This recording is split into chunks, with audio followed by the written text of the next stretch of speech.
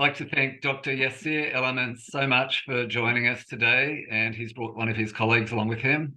Dr. Elamin is Assistant Professor at the Department of Thoracic and Head and Neck Medical Oncology at the University of Texas MD Anderson Cancer Center in Houston. ALK Positive Inc. is striving to improve outcomes for ALK patients, both life expectancy and, just as importantly, quality of life.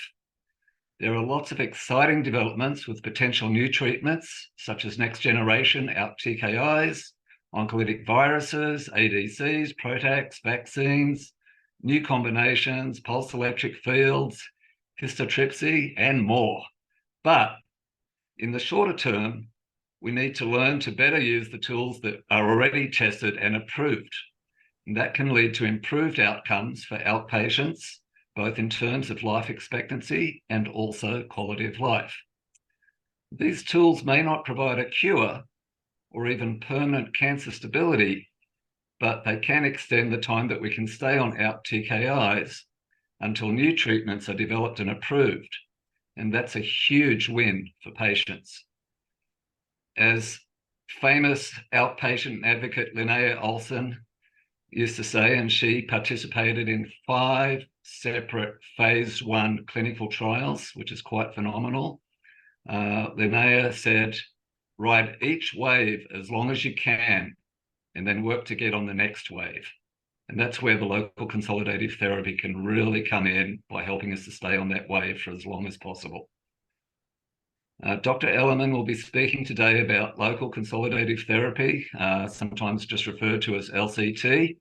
Mm-hmm. And he'll also be talking about the Brightstar trial results and what's to come with the upcoming Brightstar 2 trial.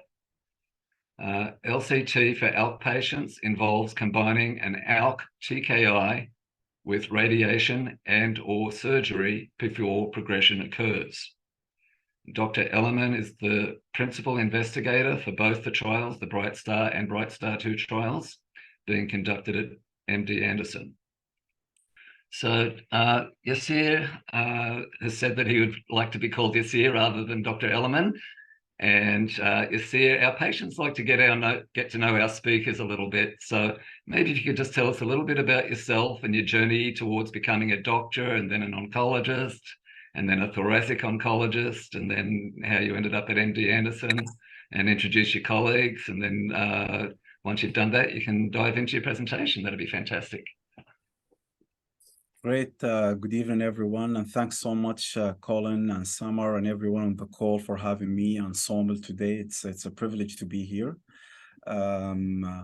As you've heard from Colin, both Saumil and I lead Brightstar 1 and 2. I lead the medical oncology side of things, and Saumil, my colleague here, who's a radiation oncologist at MD Anderson, has been the PI of radiation on both clinical trials.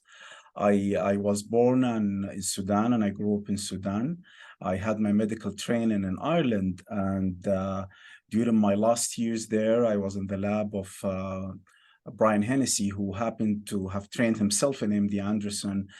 So he told me, you probably need to cross this small pond and go to America. So he made some phone calls, and I ended up in Dr. Hamack's lab for 2 years. And after that, I was over the faculty position. And since then, I've been in MD Anderson for the past 5 or 6 years as faculty. I will let also Saumil introduce himself, and then I'll take you through some slides, and hopefully this will be an interactive and fun discussion. Hi, good evening, everybody. This is truly a privilege to be here. Thank you for having me here. So I'm Saumil Gandhi. I'm a radiation oncologist, and work very closely with Yasir here on topics that are near and dear to our heart, or problems that are near and dear to our heart. I grew up in India until age 14, when I moved to Wisconsin and became a cheesehead, so to speak, during my high school years, and then moved out to the East Coast, where I did all of my training, my medical school, graduate school, as well as residency in New York and Pennsylvania. And then eventually, when the opportunity to become a thoracic oncologist at MD Anderson opened up, I just couldn't pass it up and moved my family down to Texas. So we've been here for about 7 years now, and have really focused in on topics that we'll be discussing for the rest of this hour. So thank you for this opportunity to be here and tell you about what's going on in this disease and what we can do to make some progress. It's terrific. And just for the audience, before Dr. Elamin gets into his presentation, if you have any questions, just type them into the chat. There's a chat button. Type your questions in, and after the presentation, we'll try to get through as many of those questions as we can.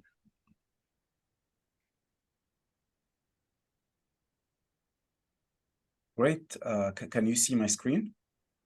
Yes, we can. Amazing. So today, Saumil and I will be talking to you about Brightstar 1 and Brightstar 2. And as you've heard from Colin, what we're trying to do here is to combine a radiation or surgery with an ALK inhibitor. And I want to talk to you about why do we think that this is a good idea, and then to take you through the results of the Brightstar 1, and then what are the lessons that we have learned and why we believe that we need to do a second, bigger trial to answer some of the questions that we tried to answer through Brightstar 1 in part. Here are my disclosures. So most patients who are treated with an ALK inhibitor or an EGFR inhibitors achieve a partial response. These drugs, we know that they are quite effective, but the challenge here, as you could see from this figure, that while most patients do respond, the majority of them are left with what we call residual disease. So what we call drug persisters, so a small population of cells that have survived the initial hit with from an ALK TKI or from an EGFR TKI. And our hypothesis is that these residual cells, those cells who survive the ALK TKI, may be the source of the ultimate clinical progression that we see. And the question that we have is, what if after you treated someone with an ALK inhibitor and you manage to get rid of most of the tumor population, what if you go in and eradicate the drug persisters or the residual disease using surgery or radiation? Will that improve clinical outcomes? And we started this journey actually with doing a retrospective analysis, looking at our EGFR treated patients. And outside the context of clinical trials, so these were patients who were treated with a standard of care EGFR inhibitor. And you could see here in the blue line, the patients who were treated just with the EGFR inhibitor. Where here, if you look at the red line, these are the patients who were treated with both an EGFR inhibitor and local consolidation therapy with surgery and or radiation. Clearly, those who had both did better. Having said that, this was a very small population. It was a retrospective analysis, but it was one of the foundations that we've used to try to answer this question in a prospective fashion or in a clinical trial. So we started doing 2 clinical trials.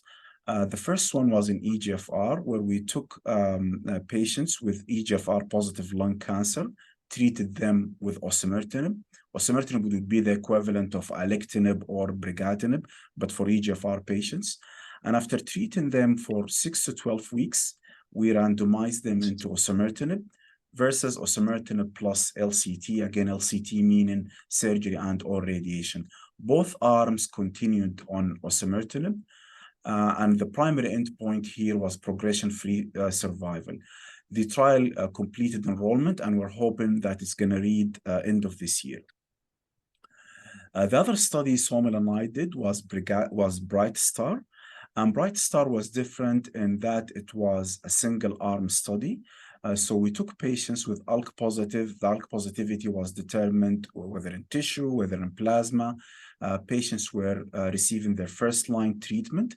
So they were either TKI naive, meaning they have had no treatment, or have just started brigatinib. Okay.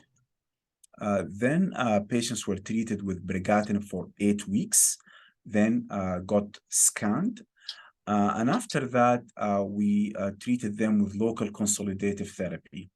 And what we did is that for patients who've had 3 sites of residual disease, they had all these sites either surgically resected or radiated. If they had more than 3 sites left, we try to radiate or resect as much as we can do safely. Now, here I want to point that this study was an all-comer study. It was not limited to patients who had what we call oligometastatic tumor, meaning 3 or less. So all comers were eligible to come to this study. The primary endpoint was to determine the safety of brigatinib when combined with surgery or radiation. And the other endpoints here were progression-free survival and so forth. We've also collected plasma, serial plasma, to try to see if analyzing serial plasma will help us predict who really benefits from radiation and who really needs radiation. And that was an exploratory endpoint. We enrolled 34 patients. As you can see here on the left hand side table here, most patients, as you would expect, had adenocarcinoma. The most 2 variant or the most 2 common subtypes of ALK were variant 1 and variant 3. Again, that's expected. And just as I was mentioning earlier, the majority of our patients here, 82%, had polymetastatic disease defined as having more than 3 sites of metastatic disease at the time of enrollment. Only 6 or 18% had 3 or fewer. We've imaged everybody after 8 weeks of brigatinib, and as known with brigatinib, just like with alectinib, lorlatinib, you see high responses. So here the objective response was 79% and stable disease was 21%. So in terms of LCT, out of the 34 patients enrolled, 32 successfully, so the majority completed the planned LCT. 2 patients did not have LCT. 1 patient did not want to undergo LCT, so they withdrew their consent. And a second patient, all of their visible disease resolved, so there wasn't any site of disease that you could radiate or resect in that case. In terms of the remainder of the 32 patients, 27 patients had radiation, 3 patients had surgery, and 2 patients had both surgery and radiation. Here, and this is an important thing to be aware of, is what was the extent of LCT. So 20 patients had complete LCT, meaning that we were successfully able to either surgically resect or radiate all sites of visible disease. And in 12 patients, we did it incomplete. We were not able to consolidate all sites of disease. And this is something probably Saumil will talk about in a bit. The reason behind this is typically that we did not feel that this is something can be done safely. Here to the right, you see the types of radiation that we have used. And also here, among the total of 29 patients who've had radiation, we tried our best to keep the radiation going through while they're having the radiation. That was left to the physician discretion, but we encouraged them to keep the brigatinib going. 19 patients had their brigatinib going while they had their radiation, and 10 held it at the decision of the treating physician because they felt that this may be the safest thing to do. We had 5 patients who had surgery. Of these 5 patients, I'm listing here the types of surgeries that were used. And of course, when you do surgery, you examine the surgical samples under the microscope. And out of these 5 patients, 2 patients achieved what we call complete pathological response, meaning that the pathologists, when they looked under the microscope, they weren't able to identify any cancer cells. There was 1 patient who had complete resolution of cancer cells at the primary, but some residual cells at the lymph nodes. But the bottom line, 2 had complete pathological response, 1 had complete pathological response at the primary site with minimal residual disease at the lymph nodes. So what about safety? Really, the focus of the study was to look at the safety of this combination of brigatinib and radiation. The side effects of brigatinib itself are obviously well known, and and we haven't discovered anything new here. But in terms of what results in the combination, I'm listing to you here what we considered as severe side effects. So anything grade 3 or higher means that it's either was something that resulted in hospitalization or something that we felt that severe or significant. And we've observed 5 events. Those 5 events actually occurred in 3 patients. So one of our patients had grade 4 bronchopulmonary hemorrhage, so they bled. One patient had grade 3 anemia, so severe anemia. And one patient had grade 3 pneumonitis, which is inflammation of the lung. This is by itself is a side effect that we do see in some cases with brigatinib, and we see it sometimes with radiation. But I think something positive about this trial is that the addition of radiation to brigatinib did not increase the rate of pneumonitis. So there was one patient who ended up coming off brigatinib as a result of the pneumonitis that happened to them after the radiation. Then there were things that were related to the radiation, like esophagitis, which is inflammation of the esophagus, vomiting, and nausea, which is kind of part of one phenomena.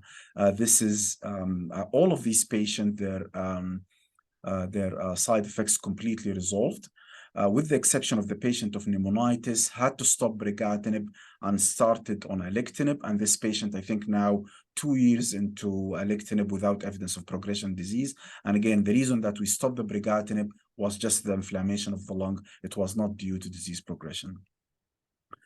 So how about the outcomes? Here is the progression-free survival curve.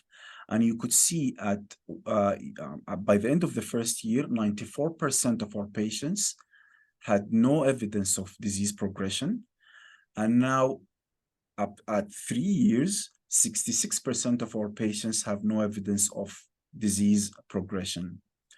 So how does this fare? Again, this is a single-arm study. It's not randomized, and the data I'm sharing now is not for comparison, but just to put this into context.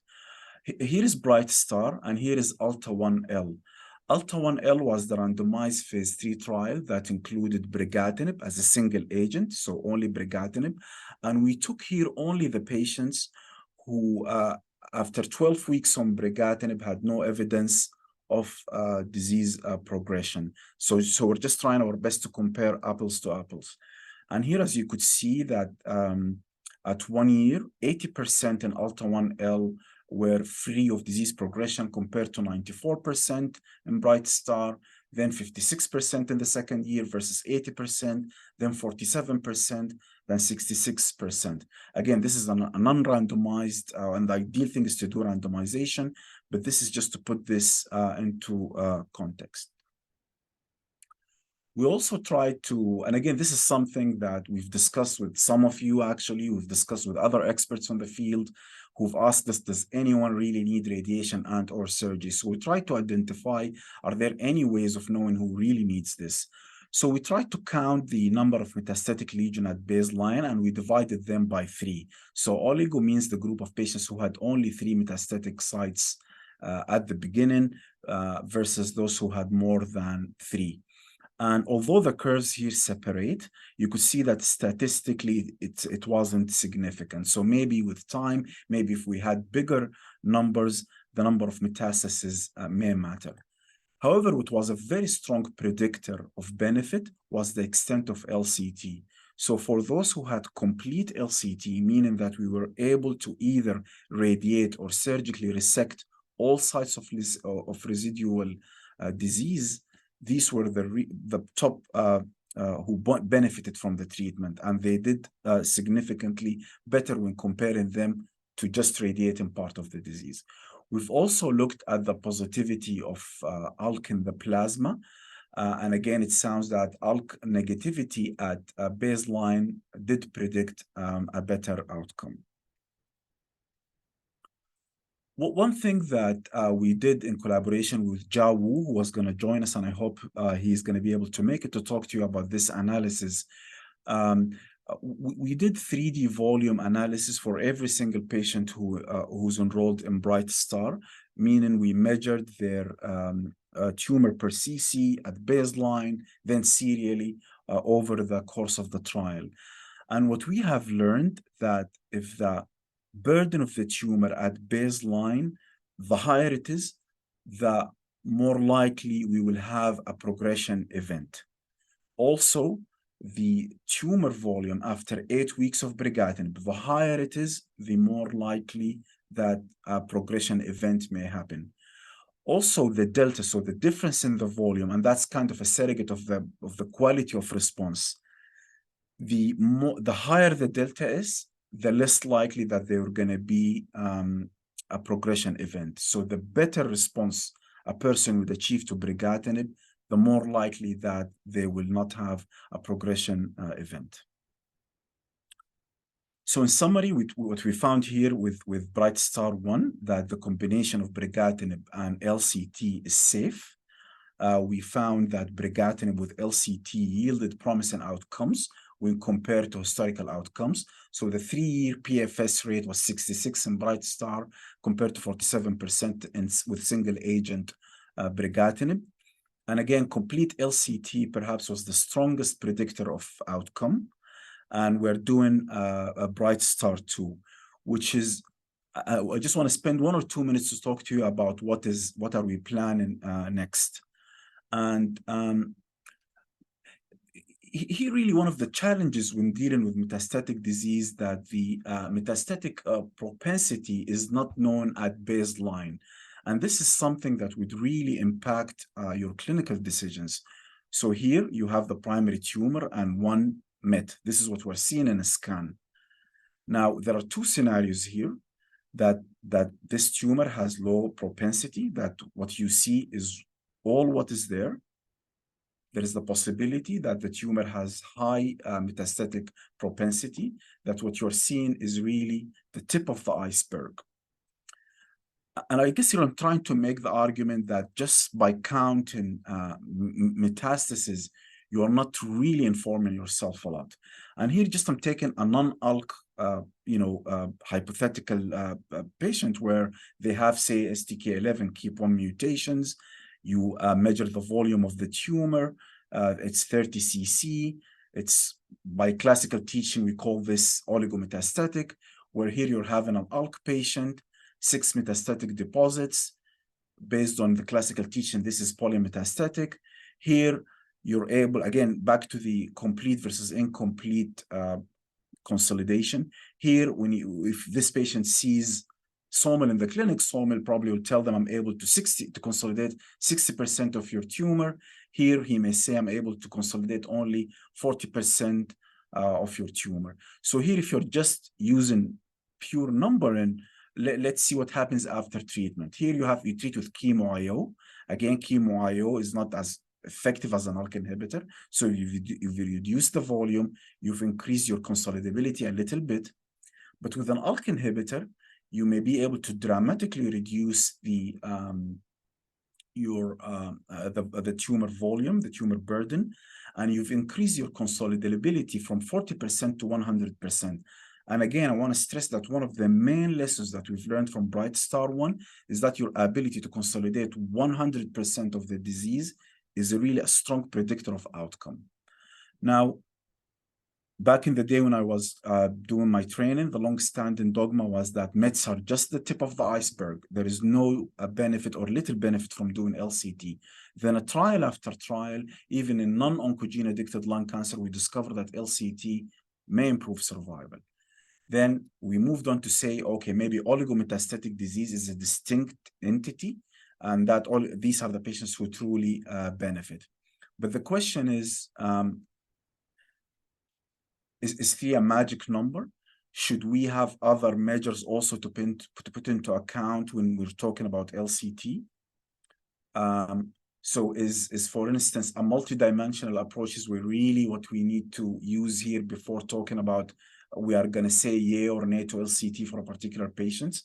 Does it only depend on that just counted the number of baseline metastases, or there are other factors, just like we've seen in Brightstar 1, that the depth of response to induction therapy and the percent of consolidability, how much you're able to consolidate, also matters when making these decisions.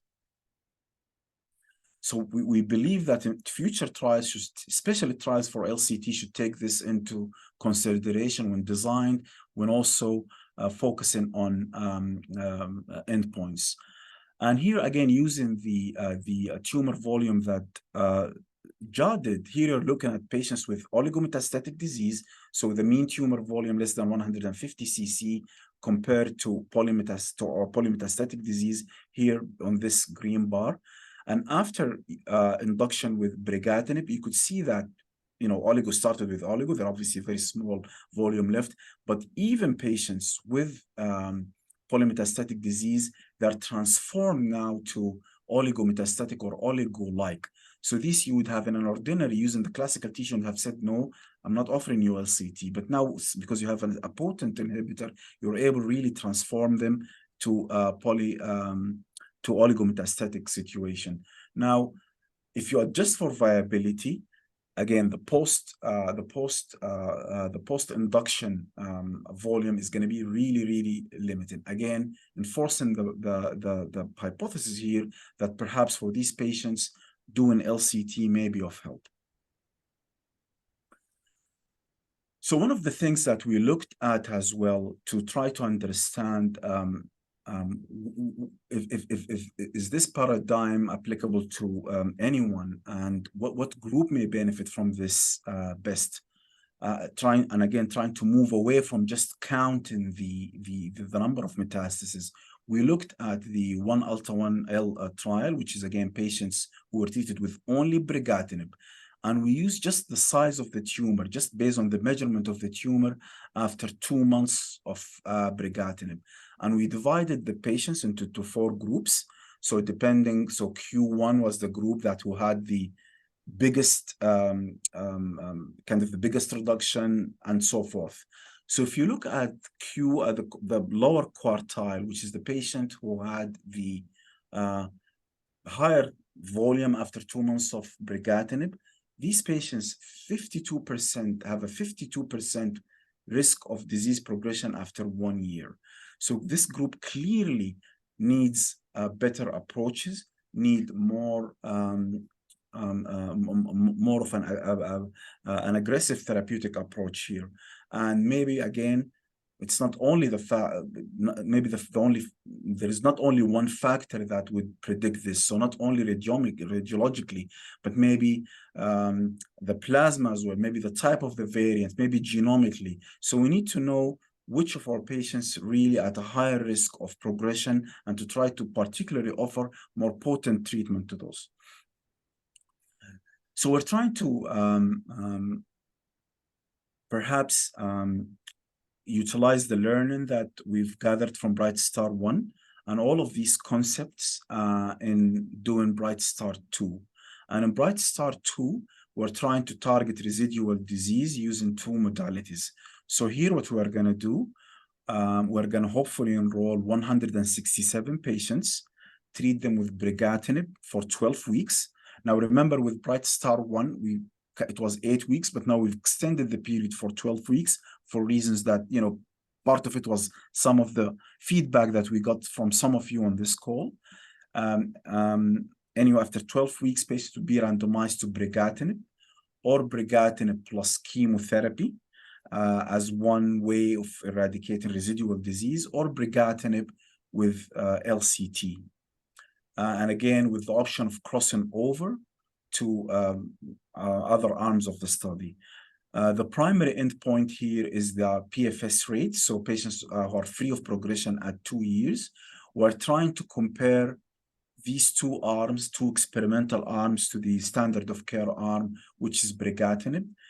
And we're going to stratify patients based on consolidability and based on presence and absence of brain metastasis, and also the presence and absence of genomic factors that we believe may be associated with more of an aggressive biology.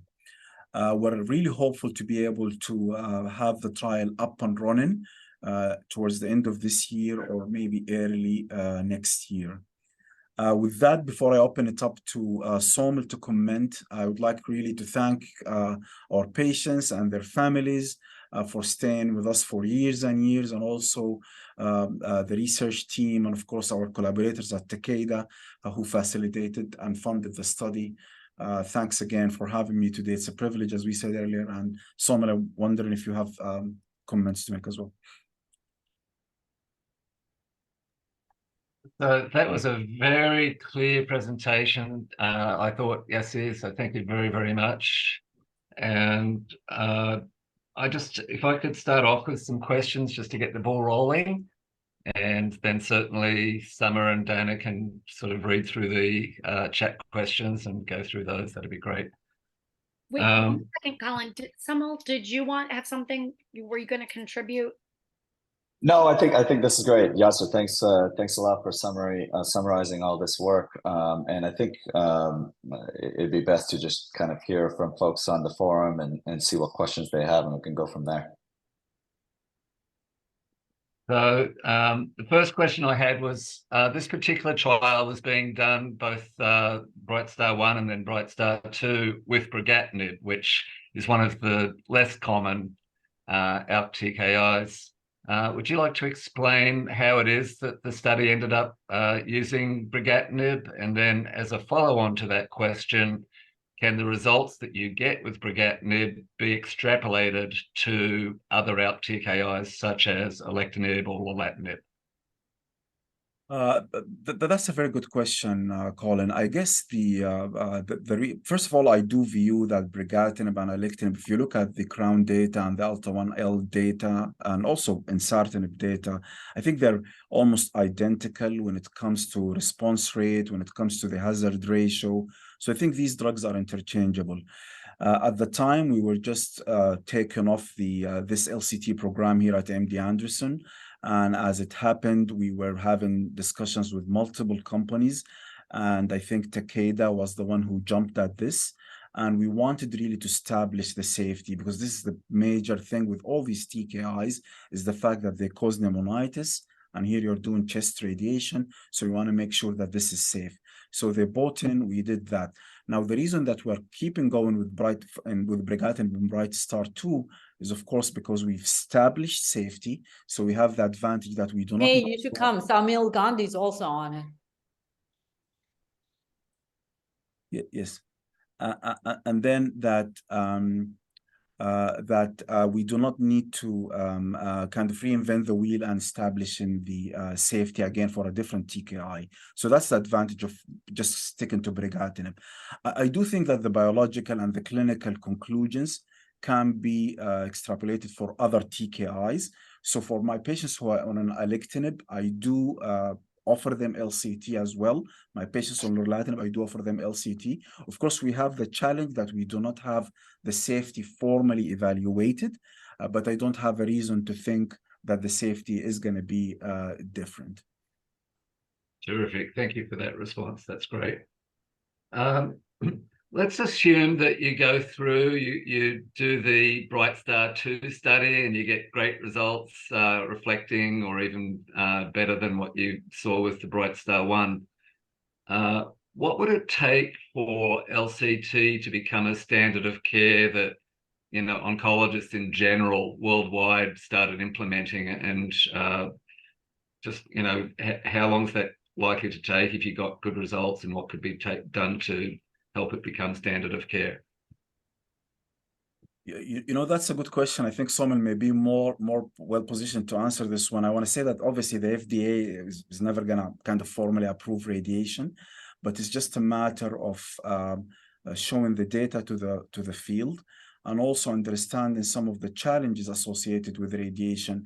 Now, if you're taking brigatinib in Texas, or if you're taking it in the UK, or if you're taking it in India, it's the same brigatinib. But radiation is not the same. You don't have the same technology, the same expertise, the same degree of comfort across all these different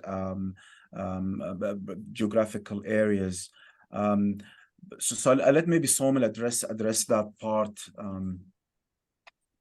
Yeah, no, that's a good question. So I think, you know, a lot of this is letting the data speak for itself. So I think as we get more and more of these phase 2 and phase 3 randomized clinical trials, with or without FDA approval, I think we can make a solid argument in NCCN guidelines to start offering this as a treatment to patients, and kind of start, get the ball rolling from there. So particularly for oligometastatic patients, which is for the current time being, or in 2023 is defined as up to 3 sites of disease. We have now have enough phase 2 randomized data to say that this really is beneficial for patients, and have been able to amend the NCCN guidelines to include LCT as sort of a standard recommendation for patients across the country. And so I think really to answer your question, what does it take to make this a standard of care? It's to let the data be finalized and then included in the NCCN guidelines. Terrific, thank you. So at the moment, Brightstar 1 was an 8-week wait, and then with the Brightstar 2, it'll be 12 weeks. What if we have a patient that has been on alectinib or brigatinib or lorlatinib for 6 months or 12 months or 2 years or 3 years, and they've still got some stable tumor remaining? I'm at 7.5 years. I've got some stable tumor remaining. Can consolidation be done at that time? And when would you choose to do it? And when would you choose not to do it? And then as a kind of an adjunct to that question, are there any patients for whom you would advise not doing LCT based on what you know at this stage? Because there are a lot of people doing LCT now, even if it's not as part of a trial. So I'm going to let you address this as well. Yeah, so I'll kind of take your second question first, which is, who are the patients that you don't want to do LCT on? And the answer is toxicity. So, pneumonitis is something that we see, radiation pneumonitis is something we see in lung cancer all the time in folks that get radiation. But the subset of folks that really have these mutation-driven malignancies that are being controlled by the TKIs are really, we want to pay even more attention to toxicity. Of course, we worry about toxicity in all patients we treat. But for patients that have things like brigatinib, alectinib, or on the EGFR side, Tagrisso, that is keeping them alive for years, the last thing you want to do is give them some radiation-related toxicity that prevents them from continuing their TKI. So that's number one. And so what is it? That really comes down to looking at the disease burden, looking at radiation technology, and seeing, can we deliver this while really minimizing the dose delivered to the normal lung tissue? That's really the main concern that we have with radiation, is radiation pneumonitis. And so our group actually recently looked at our experience in folks who received Tagrisso and looked at what kind of radiation parameters increases the risk of toxicity in those patients. And so to answer your question, if I see somebody who's going to exceed the radiation dose based on those parameters, I'd say, well, maybe it's best that we just continue to let Tagrisso do its work. We're going to do similar analyses on folks that receive brigatinib as part of Brightstar 1. And certainly Brightstar 2 will give us a larger data set that we can look at that. But the question comes down to, who are the patients that we can offer safely radiation or surgery to? And those are the patients that we want to select for LCT. In terms of, what is the optimal duration? I don't know that anybody knows, particularly for mutational-driven cancers. We did a similar trial in folks without mutation-driven cancers, and there the data suggests that the early consolidation is better than no consolidation, and that later consolidation is better than not consolidating at all.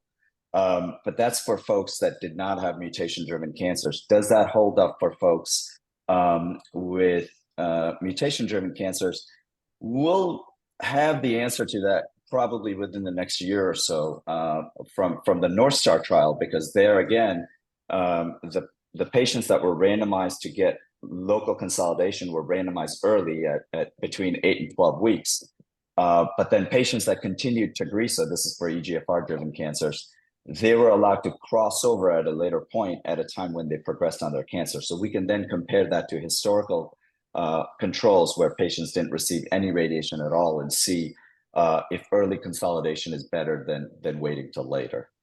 I suspect probabilistically earlier is probably better. Kind of, it's kind of a balance between reducing the disease burden as low as possible so that you expose your normal organs to least amount of radiation possible, but at the same time catch the disease when it's kind of at its minimum burden before it develops additional mutations. So those are the kind of two things that you're trying to balance. So the longer you wait, of course, you get more response, but then you also have more chance that the cancer will mutate around the TKI. Perfect. And I'll just share briefly a little story with the two of you that I was diagnosed in 2016 and I had PET scans done on a fairly regular basis, and I had a primary tumor that was remaining, and the SUV started escalating in 2020, and it sort of escalated to the point where we didn't want to sit and watch any longer. And I had radiation done, and it dropped the SUV back from seven down into the 2s again. And that was in 2020. So that's now 3 years ago almost. So effectively, you could say that was LCT, even though it wasn't sort of done in the trial format, but it was LCT, and that's worked for 3 years already. So yeah. Well, congratulations! I'm really happy to hear that, and absolutely, this is something that we do off trial all the time. And to your point earlier about whether this is safe to do with alectinib, for example, versus brigatinib, which we've done in a trial setting. So we have a number of patients that we've treated with alectinib and radiation, and we're kind of now starting to go back and look at those patients and working on those analyses, and we'll try and get those out there. Just for the community that's asking, well, do I stop alectinib during treatment when I'm treating with radiation, or do I continue it? So I think, having some data out there will be very useful. We do know anecdotally, or not even anecdotally, again, I'll go back to EGFR just because we've that trial preceded the Brightstar trial by a couple of years, so we have a little bit more mature data there. But we know that for first generation tyrosine kinase inhibitors for EGFR, things like afatinib, were particularly toxic, and there's many literature reports about combining afatinib with radiation and leading to a lot of radiation pneumonitis. Well, it turns out when we look at third generation TKIs like Tagrisso, that turned out not to be the case, and that we actually presented, Yasir and I, about 6 months ago, some good data from 100 patients where we were able to deliver local consolidative radiation along with Tagrisso, and it appeared to be very safe. And so we all feel, us as a group feel very comfortable delivering radiation for patients that are on Tagrisso and not stopping Tagrisso during their treatment. And so, I think we're gaining more familiarity with brigatinib to do the same. But okay, so what do you do with alectinib? Well, having that kind of safety data and just looking anecdotally at, okay, we've treated maybe 50 or 100 patients over the last 5 or 7 years at our institution. What does that safety look like? I think it's probably not feasible to do a prospective study for each of these different scenarios, because there's a new TKI coming around the corner literally every few months, or every year. But I think going back and looking at this retrospectively will be very helpful. There are a number of questions on the chat, so should we just go through them? Please, that would be fantastic. Yep. Great. So Saumil, I think the first two probably you're better suited to answer them. The first is from Billy, and the ask is, what situation did we need to do partial instead of complete LCT? And related to that, Carol is asking, is LCT done to sites regardless of being metabolically active by PET? Gotcha. So to answer the first question, I think the common theme across all of our trials, and we have trials going on in non-mutation driven cancers, EGFR, as well as ALK. The common theme in terms of being able to comprehensively consolidate versus not really seems to be a handful of scenarios. So one of the scenarios is folks that have kind of multifocal, multiple nodules in both lungs. That tends to be hard to comprehensively consolidate. So if you look at, let's say, 10 or 20 different nodules that are in both lungs, they all shrink, but they're still present. It's hard to go after every one of those nodules. Whereas a scenario where, volumetrically, you might have the same volume of disease, but it's in, one or two lobes with a larger tumor. Well, that's fairly easy to consolidate. So that's situation number one. Another situation where we tend to run into trouble is folks that have a ton of pleural disease. So many of the local consolidative trials that have been done that have shown a lot of benefit excluded folks with pleural effusions. Now, of course, Northstar and Brightstar specifically included patients with pleural effusion for a good reason, because we know that these TKIs, unlike chemotherapy for sort of non-mutation driven lung cancers, the TKIs are extremely good, extremely effective at controlling pleural effusions and microscopic disease that's there. But folks that have a lot of pleural disease, so bulky pleural disease that we can see on their scans that's kind of scattered entirely along the entire pleura, now we're trying to basically deliver radiation across the entire pleura, and that puts a large volume of lung at risk. And we usually get a little hesitant to do that kind of treatment because we know historically from other diseases like mesothelioma that such treatments increases the risk of pneumonitis a lot. And you don't want to do that in a patient who still is responding well to a TKI. So that's another situation where we run into incomplete consolidation. And then finally, the third situation, which is probably the least common scenario, is folks with lymphangitic disease, where really you have not a very a clearly defined tumor per se, but kind of disease that's really kind of going through the entire lymphatic and bronchial system. And you look at their lobe and you kind of just see this bronchial thickening throughout the entire lobe. And so the disease is so infiltrative where trying to chase all of it, you'd be treating the entire lung. And so those kind of tend to be the most common scenarios where we say, okay, well, let's go after the kind of bulky areas that we think might cause the patient some trouble, consolidate those and leave the rest alone. And that's the incomplete consolidation. Great, thanks, Saumil. Then there was a question around those side effects, were they from surgery, radiation, or both? So the bronchopulmonary hemorrhage and the anemia were from surgery, and the pneumonitis and the GI symptoms like related to esophagitis were a result of radiation. Then there is a question around what do we do with brain met that aren't progressing? Again, this is something that we always had very heated debate about. If there is evidence of response, then we would give brigatinib additional chance. If we weren't satisfied with the response, we typically treated them with gamma knife. Then there is a question around the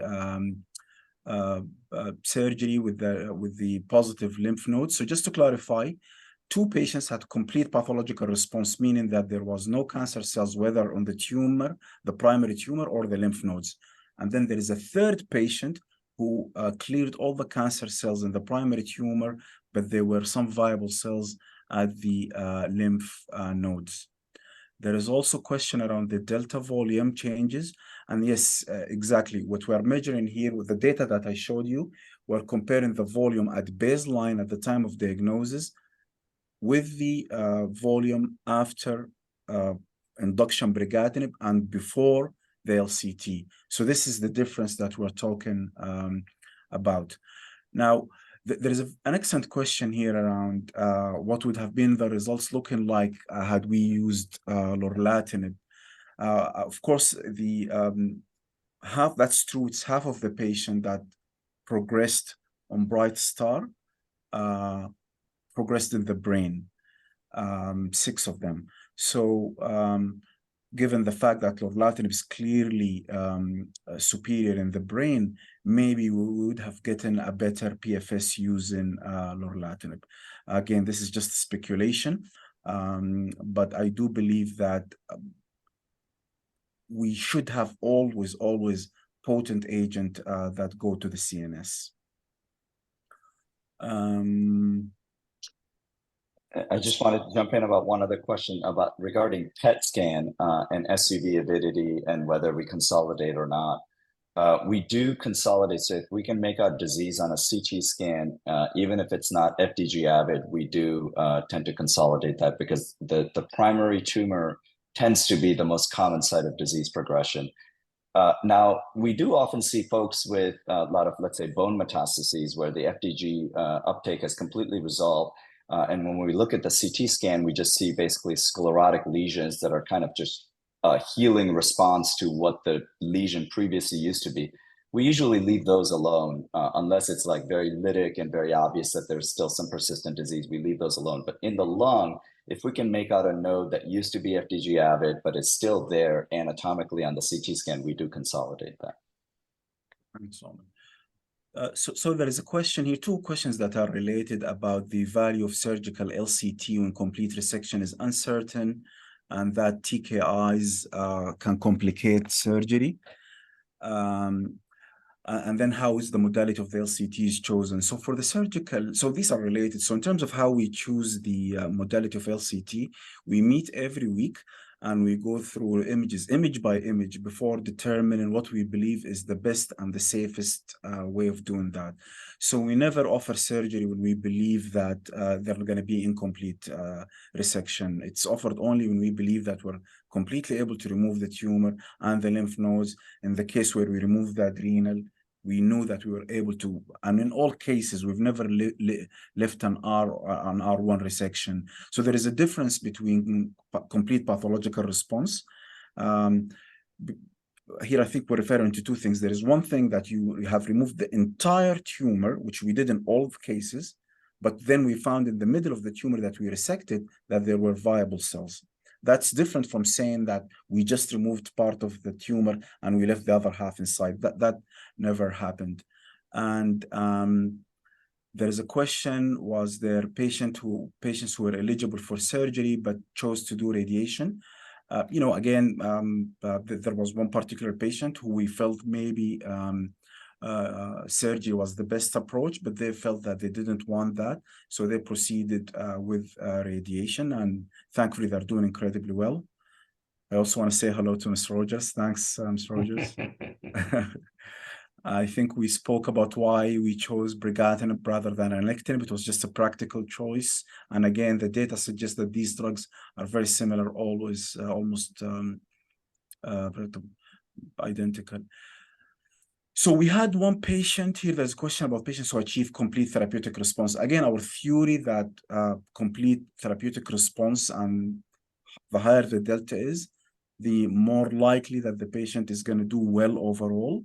But obviously, we had one patient only on the trial who achieved complete response to brigatinib, and we never offered them LCT because there was nothing to radiate or to resect, and they continue to do, thankfully, very, very well. How long after starting a TKI you think LCT may be helpful? As Saumil spoke about this, we don't have a magic number, but again, our guess is in the 8 to 12 weeks, but we need robust data to address that. Saumil, there's a question here around types of radiation, for example, photon radiation. Do you have any thoughts on that? Yes, I think it really depends on the individual, individual person's disease and anatomy in terms of what is the best modality. So, there's the literature in radiation is littered with acronyms of different types of radiation. But the way I think about all these different technologies in radiation is think about it as different paintbrushes that we have in our toolkit. Ultimately, what's the best brush to use to get the paint or the radiation dose onto the tumor? That allows you to minimize the lung dose and the heart dose and other, dose to other organs while delivering the dose you want to the tumor. The vast majority of patients on Northstar as well as Brightstar were treated with IMRT or SBRT, which are kind of the state-of-the-art, most focal way of getting radiation there. Although there are a handful of patients that were also treated with proton beam therapy when the situation called for it. As well as gamma knife for the brain, for example. It's really a matter of kind of what is the best technique for the particular anatomy on hand to get the radiation delivered. Thanks, Saumil. There is one question that I think I skipped around the surgical difficulties for patients who are treated with neoadjuvant or induction TKI. Actually, Dr. Mara Antonov, who's our surgical PI, who actually we should have invited to this meeting. She's also the PI on North Star and Brightstar. And she actually gathered all the data from all studies and she presented this already. And yes, she did found, and she operated on a lot of our patients, she did find that, yes, there is more scarring and surgeries may take a longer time, but ultimately there was no difference in post-operative complications, there was no difference in post-operative stay in the hospitals and so forth. And in terms of the question, how long do we hold the TKI before surgery? The protocol says that we'll have to hold it for 7 days before surgery, and we start resume it as soon as the patient is able to, to move bowels, which is typically happens the second day of the surgery, literally. And then we got this message from your good friend Ross Camage saying that this is too long, you shouldn't hold it for 7 days, you should just make it a day.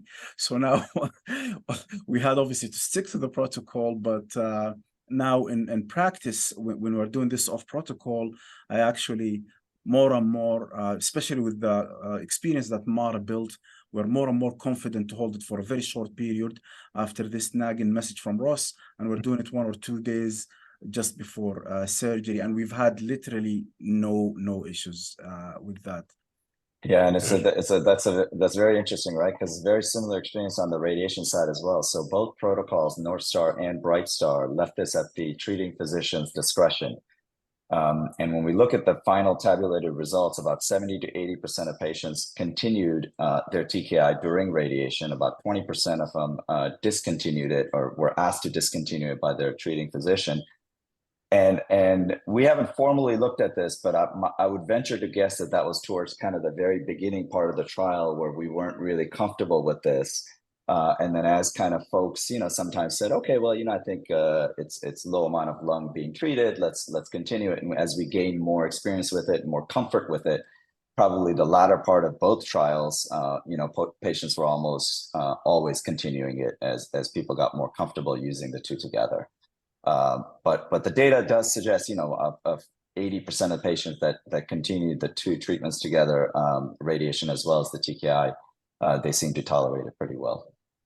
If I could just jump in here, I've just noticed anecdotally reading cases that patients in the ALK Positive support group, which is closed to the outside world, that, several years ago, back in 2017, 2018, a very large percentage of patients were being advised by their oncologist to hold their TKI while doing surgery and or radiation.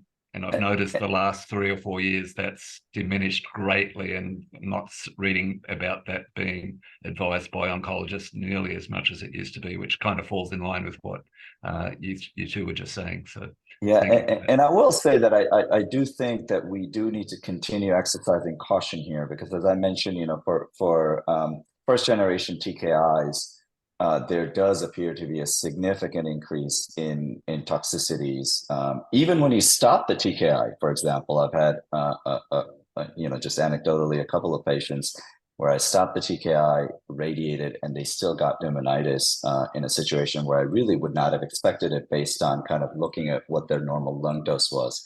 So I do think that we do need to exercise proper caution, but certainly the third generation TKIs do seem to be much better tolerated from a pneumonitis standpoint.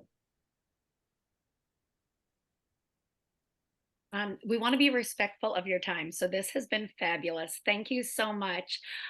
Dr. Elamin, do you want to take this last question? This can be the last one of the evening. One just came in, and then we can wrap it up. Absolutely. And again, thanks all for having us. I think there's a question about why did we add chemo to Brightstar 2? Again, the vision here is that chemotherapy may be a way of eradicating residual disease. We're also encouraged by the FLAURA2 data, which is in the EGFR world. So we wanted this trial, to be very informative in what is the best modality of intensification of therapy and eradicating persisters. There's this question around the if you see a durable response and do not do surgery and radiation to spare yourself the toxicity.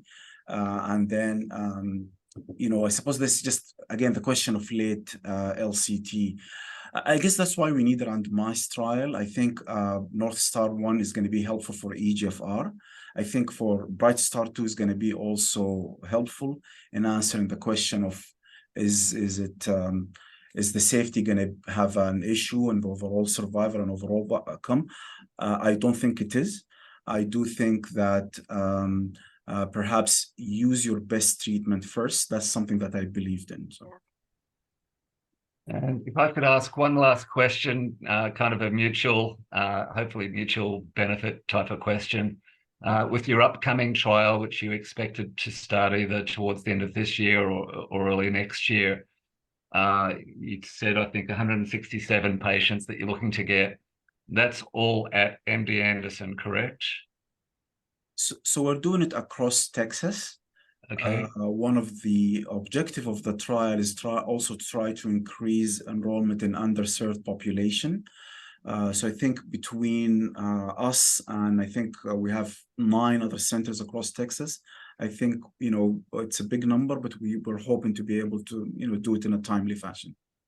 And for patients that are either watching this now or will be watching the recording later on, which is actually a much larger number than what attends in person, what can people do to join the trial?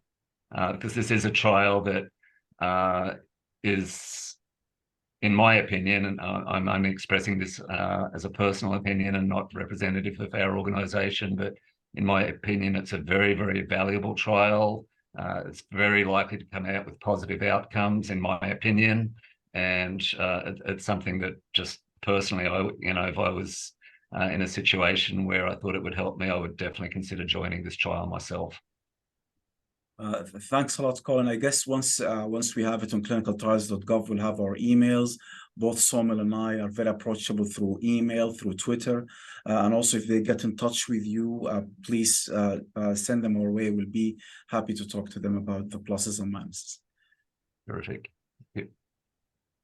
Fabulous. Thank you so much. Let me just give a couple closing remarks, and then we can all unmute and thank our fabulous guests. I just wanted to remind you, November 1st is approaching, and it's Lung Cancer Awareness Month. So there will be some information in the chat. You can join the ALK Positive fundraising Facebook group. You can also click a link and have a story card made. Hopefully we can get both of these lovely physicians on board and have them also giving us an inspirational quote and helping us to spread the word that more research equals more life. So that is our messaging. With that, coming up for ALKtALK in November, on November 12th, we have Nuvalent coming back again with an overview of the recent data release. So come, that will be fabulous. You can get more information and also ask your questions. And then in December, we are still tentative, but we do have a lot of information. Colin will be joining us again with our ALK Life study update. And joining him will also be our friend, Dr. Ross Kamich, for an Ask the Expert session. So we can circle back and ask him about some LCT and how long are we holding? One day, no days. And then also we are going to have a mental health talk, coping with cancer throughout the holidays. So that will be a great talk. We had one a few years ago, and we will have a psychologist with us for that. So stay tuned for the updates. Later this week, we will have an all-new calendar with an all-new Zoom room. So you are going to want to pay attention to that and be on the lookout. And again, Dr. Elamin and Dr. Gandhi, thank you both so much for giving part of you give plenty during the week constantly. And then again, on your Sunday evening, taking time out of your life to be with us. So we're so grateful for all that you do for the ALK community and the lung cancer community in general. So thank you very much. Thanks for having us. It's an honor to be here. Thank you so much.